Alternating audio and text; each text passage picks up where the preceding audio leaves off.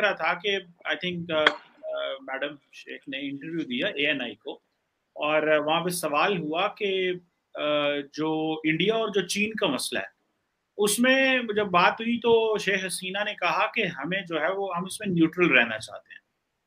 तो how come India see this, क्योंकि ये जो कुछ इंडिया ने ऑफर किया है, टेबल पर रखा है, basically that is to win over India Bangladesh को।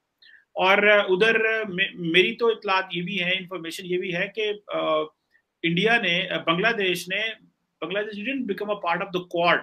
It was one of the countries which were offered to be a member of the Quad, लेकिन चाइना की वजह से वो नहीं गए। तो आप क्या देखते हैं कि जो बांग्लादेश की जो इंटेंशन है to be neutral, how come Bangladesh could be trouble maker और could be a trouble for India in future?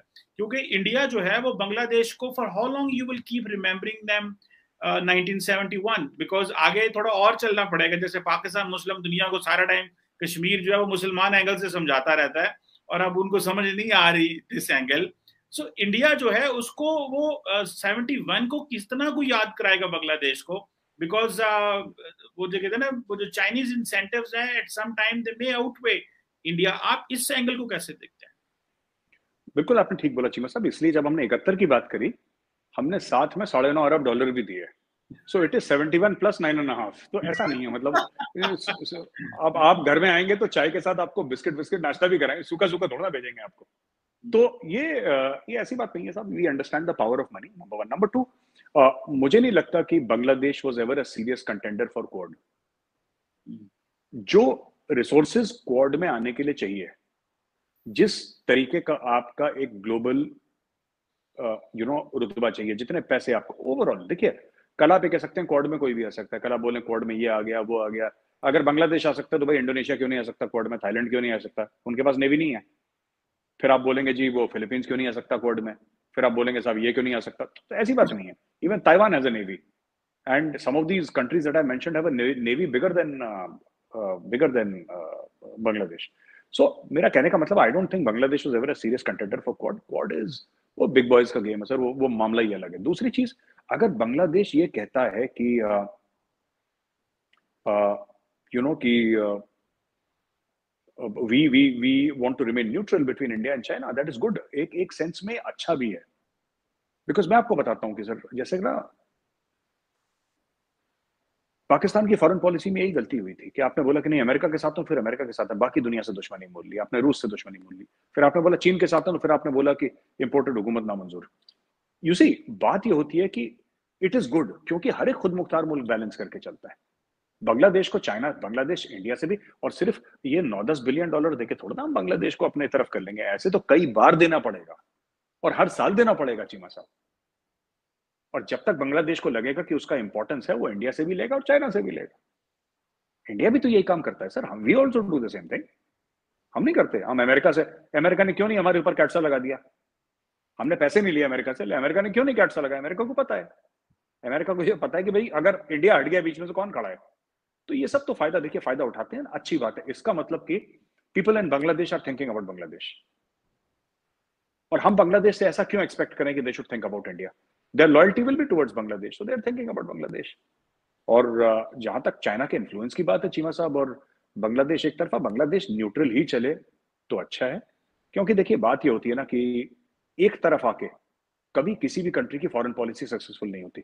जब दोनों तरफ से लेगा तो इसका मतलब यह है कि देन यू कैन, कई सारी चीजें होती हैं। We will always have an advantage over China.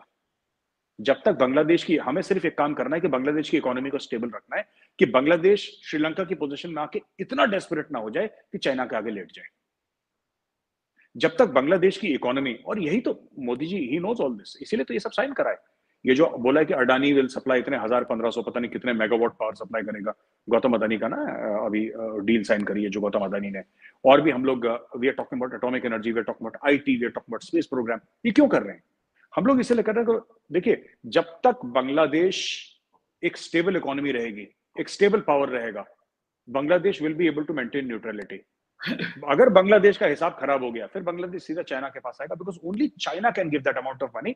But वो जो है सर, वो बार्गेन जो है ना, वो बड़ा गड़बड़ है चाइना के साथ। चाइना पैसे देता है, फिर सर गुर्दा कलेजी रख लेता है कोने में। है ना। चाइना चाइना फिर मतलब वो सब कुछ रखवा लेगा अपने पास। China China will not give कि फ्रेंडली लोन्स टाइप के ना, सॉफ्ट लोन, ये नहीं करता China. They very hard nosed business people. तो ठीक है सर, जो कर रहा है हमारे हिसाब से ठीक है, दैट्स ऑलराइट। अच्छा मेरे साहब ये बताइएगा कि जब शेख हसीना आई हैं तो एक चीज और हुई, वो ये कि रोहिंग्या जो मुस्लिम्स हैं उनके हवाले से इशू आया, बात आई सामने, जिसमें शेख हसीना ने कहा कि इंडिया जो है वो बोझ उठाए उनका। और आप इसको कैसे देखते हैं? क्योंकि मैं देख रहा था कि इंडिया के जो हाउसिंग मिनिस्टर हैं उन्होंने कहा कि हम रोहिंग्यास को आई थिंक दिल्ली में को फ्लैट देंगे, जिसपे जो राइट विंग जो हिंदू नेशनलिस्ट थे उन्होंने शोर मचा दिया कि आप क्यों देंगे, फिर इंटीरियर मिनिस्ट्री को इंटरवीन करना पड़ा। ये मैं आपको भी रिसेंट बातें बता रहा हूँ। तो उसपे आके इंटीरियर मिनिस्ट्री ने कहा कि हम कोई फ्लैट्स रोहिंग्या वगैरह को नहीं दे रहे, तो फिर हाउसिंग वाले ने भी कहा इंडिया में कि ठीक है हम नहीं दे रहे, जो इंटीरियर वाले कह रहे हैं वो सही कह रहे हैं। ये जो India being a big country in the region, देखिए इंडिया एक बड़ा मुल्क है, ठीक है, तो वो कहते हैं ना कि अगर आपके वो स्ट्रेटेजिक इंटरेस्ट बड़े हैं तो वो प्रॉब्लम्स भी फिर बड़ी मिलेंगी आपको, बिकॉज आप you want to have an influence ना, भले बांग्लादेश हो, मालदीव हो, नेपाल हो, रीजन में हो, इसी तरह म्यांमार हो। तो आप इसको कैसे देखते हैं? और खासतौर पे उन्होंने कहा कि